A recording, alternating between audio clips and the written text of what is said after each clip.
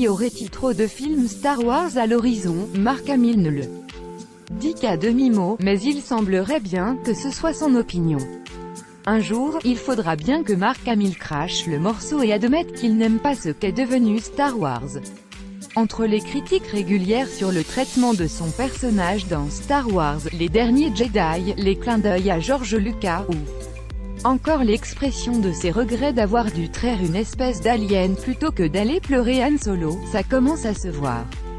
Interviewé par Cinema Blind, il a encore profité d'une question du journaliste pour critiquer Disney et faire part de ses inquiétudes concernant la multiplication des projets Star Wars. Évidemment, il ne devrait pas y avoir de limite aux histoires, c'est un cadre tellement infini.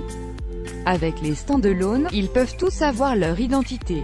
Rogue One peut être un film avec des tripes, un peu comme un film de guerre. Je suppose, je n'en sais rien, mais je suppose que Solo sera plus orienté vers la comédie.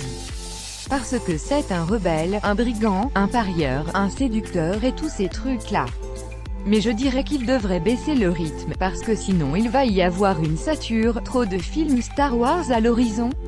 Il est vrai que si on fait le compte, il y a encore 6 films qui nous attendent, puisqu'en plus de Solo, à Star Wars Story en mai 2018, puis Star Wars Episode X en 2019, on attend également un 3e spin-off, ainsi qu'une nouvelle trilogie pilotée par Rian Johnson, Looper, Star Wars, Les Derniers Jedi, et les showrunners de Game of Thrones, David Benioff et D.B. Weiss. Il faut en plus y ajouter les projets de séries Star Wars, que des rumeurs évoquent pour accompagner le lancement de la plateforme de streaming de Disney.